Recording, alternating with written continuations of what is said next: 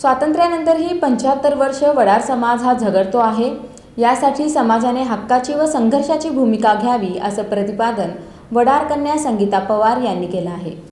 वडार समाजाच्या सद्यस्थितीवर विचारविनिमय करण्यासाठी आणि पुढील दिशा ठरवण्यासाठी सोलापुरातील डॉक्टर निर्मलकुमार फडकोले सभागृह इथं समाजाचं युवा नेतृत्व CA सुशील बंदपट्टे यांच्या पुढाकारातून चिंतन शिबिराचं आयोजन करण्यात आलं होतं. या प्रसंगी आपले विचार व्यक्त करताना वडार कन्या संगीता पवार बोलत होत्या.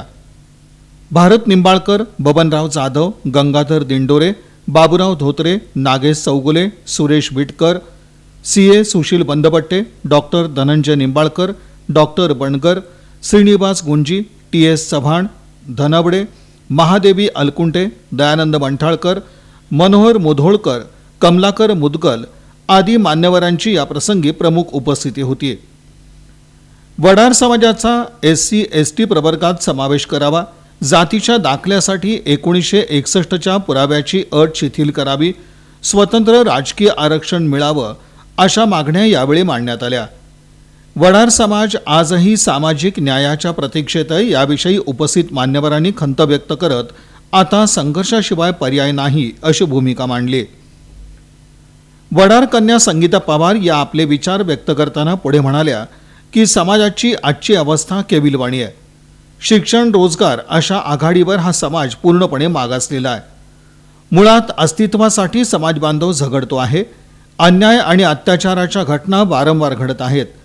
देश पातळीवर OBC आणि इथे भटक्या जाती विमुक्त जमातीमध्ये समावेश असलेल्या वडार समाजाच्या वेदना सरकार दरबारी कोणाला दिसत नाही, हे दुर्दैव आहे. आता न्याय हक्कासाठी सर्व समाज बांधवांनी, समाजातील नेतृत्वांनी एकत्र येण्याची गरज आहे असं आवाहन वडार कन्या संगीता पवार यांनी यावेळी केलं.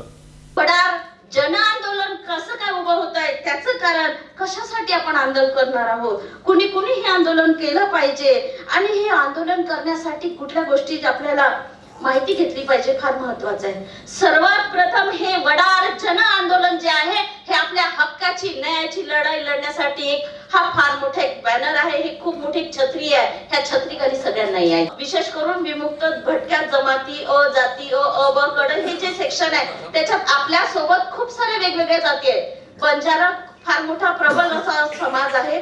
तो तुम्हाला त्यांच्या कॉम्पिटिशन मध्ये उपस्थित होऊ देत नाही किंवा तुम्हाला तिथे टिकू देत नाही. त्यामुळे आपल्याला आरक्षण गरजेचं आहे, ते म्हणजे SC किंवा ST.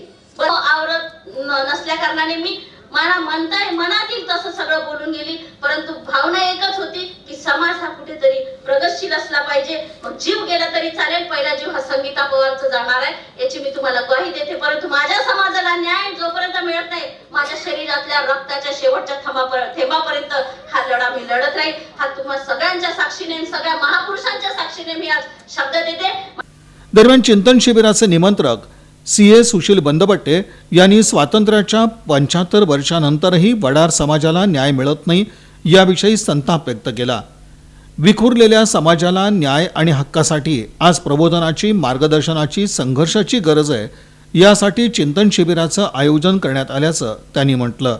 योगदान किंवा ठोस भरीव आमच्यासाठी काही प्रोव्हिजन्स, पॉलिसी अशा काही झालेल्या नाही आहे. त्यामुळे आमची शासनाकडे ही मागणी असणाऱ्या येणाऱ्या काळात की बाबा वडार समाजाचं अस्तित्व, जिथे महाराष्ट्रासारख्या राज्यात 70 ते 80 लाख लोकसंख्या आहे, अशा ठिकाणी देखील वडार समाज केवळ आणि केवळ नॅशनल लिस्टला OBC म्हणून आहे, तर महाराष्ट्रात VJNT म्हणून आहे.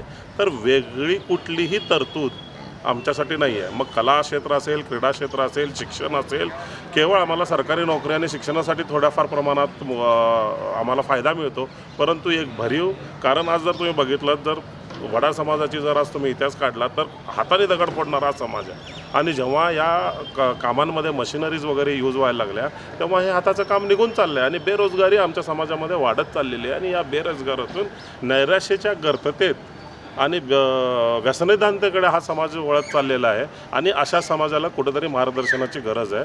म्हणून या संघटनेने, या समाजाने आपलं स्वतःचा स्वार्थ बाजूला ठेवून स्वतःसाठी काम न करता समाजासाठी काम करायचं, समाजाचं काहीतरी देणं लागतं, यासाठी काम करण्यासाठी आम्ही एकत्र येणार आहोत. वडार समाजाच्या प्रश्नाबाबत एकत्रितपणे लढण्याचा निर्धार यावेळी करण्यात आला. या चिंतन शिबिरास मान्यवरांसह समाज बांधवांची उपस्थिती होती.